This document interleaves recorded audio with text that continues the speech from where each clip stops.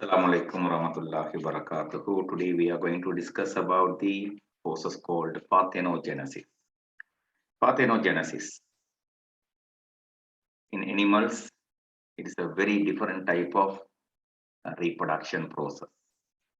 Actually, it's not possible to correctly categorize whether it falls to sexual reproduction or asexual reproduction. But your syllabus categorizes it under asexual reproduction. I will tell reasons why it is categorized under sexual reproduction, asexual reproduction. Okay, so generally, if you take the sexual reproduction, there will be two animals involving. A male animal, it will produce sperms, and a female animal, it will produce ovum, and the sperm and ovum will meet each other, they will fertilize each other, a zygote will be created, and that zygote will develop to an embryo. It will form a diploid individual. This is the common reproduction system we can notice. Here what happens is, in the female body, a haploid egg cell is developed. That haploid egg cell will not be fertilized by the sperm. Will not be fertilized by the sperm. Sperms will not reach them. So what kind of egg cell? Haploid egg cell. The haploid egg cells are coming by meiosis. So meiosis will produce genetically different egg cells, right? So getting genetically different ones is a quality of sexual reproduction. Here also it happens. The offsprings will not be identical to each other. Other asexual reproductions are not so. The offsprings will be genetically identical to each other. But here one offspring will be different from the other offspring. But thing it is, the egg cell doesn't meet the sperm. Egg cell develops. In that case, there are two choices. I will show you those two choices. One choice is this, what we call by the name haploid parthenogenesis. In the haploid parthenogenesis, you can notice in the female body, by meiosis, an egg cell is created. Egg cell, okay, oocyte. Another name for egg cell, egg oocyte. You can call it egg oocyte. Okay. Now, egg is developing by mitosis. By mitosis, egg is developing.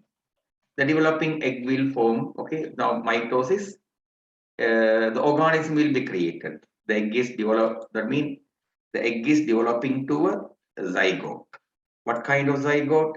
Haploid zygote. Haploid zygote undergoes mitosis.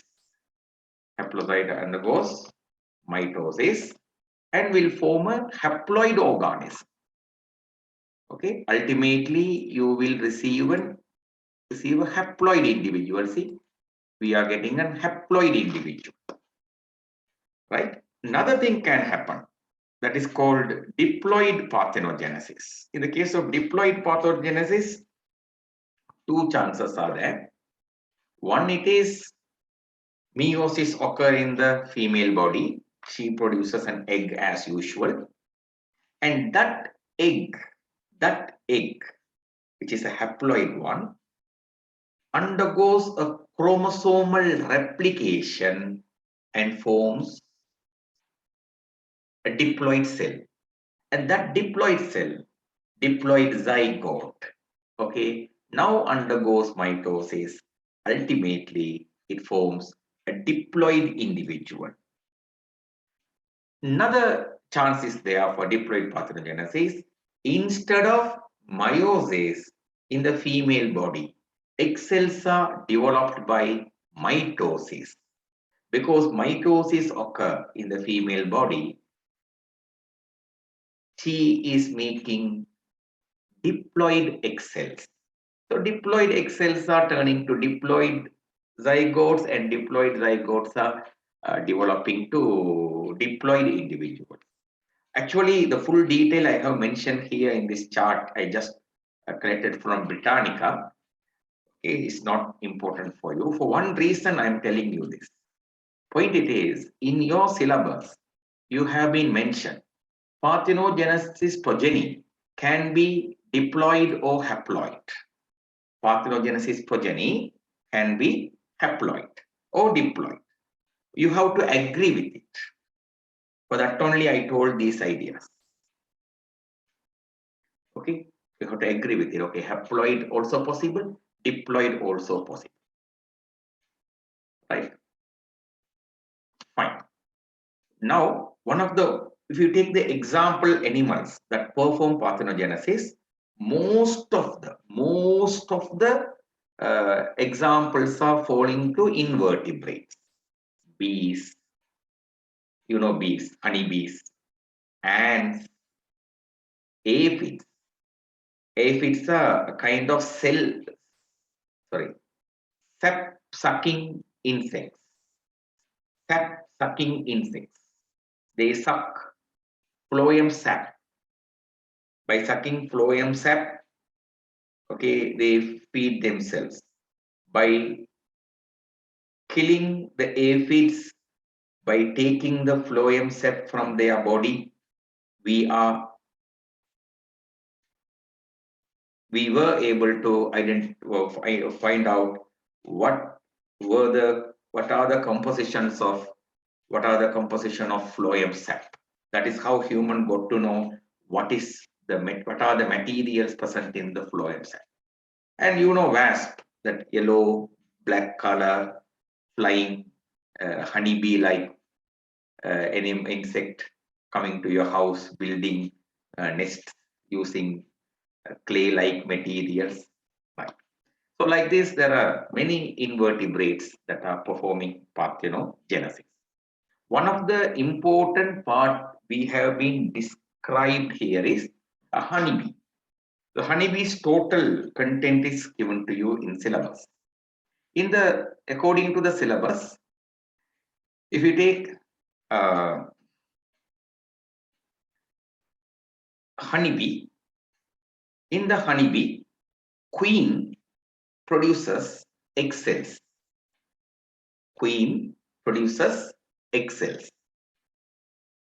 Okay, egg cells are haploid. Egg cells are haploid. Certain egg cells, haploid egg cells, without fertilization, through parthenogenesis, they are turning to drones. Okay, drones are very lazy ones. They don't know to go out and collect nectar. They don't do any work inside. Okay, even they don't know to eat. That means feeding. Other work organisms have to come and feed them. Very lazy fellows. They are males. Drones are fertile males. Okay, fertile males. So drones are haploid. They will make sperms. They are fertile. They will make sperm by mitosis.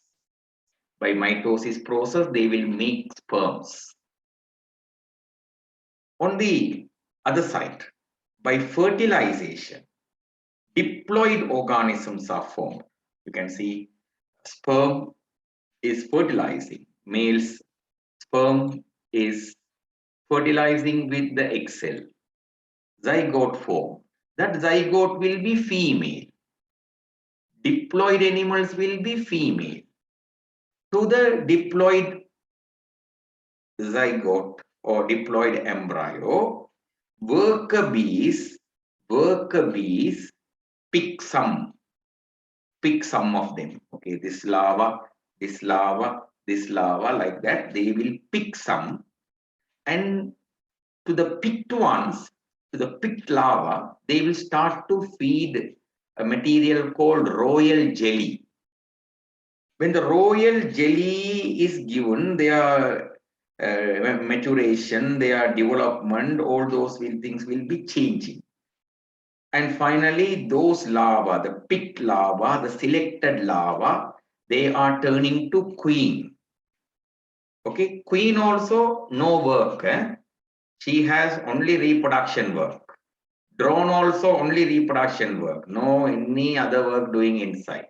All the works, building the, what is it, hive, and collecting nectar, taking care of the larva, giving protection, ventilation of the hive. Every work is done by the sterile females. The sterile females, they are sterile, they can't reproduce, they can't make any gametes, okay? They are not responsible for the reproduction. Okay, most of the, now if you take a beehive, there will be thousands of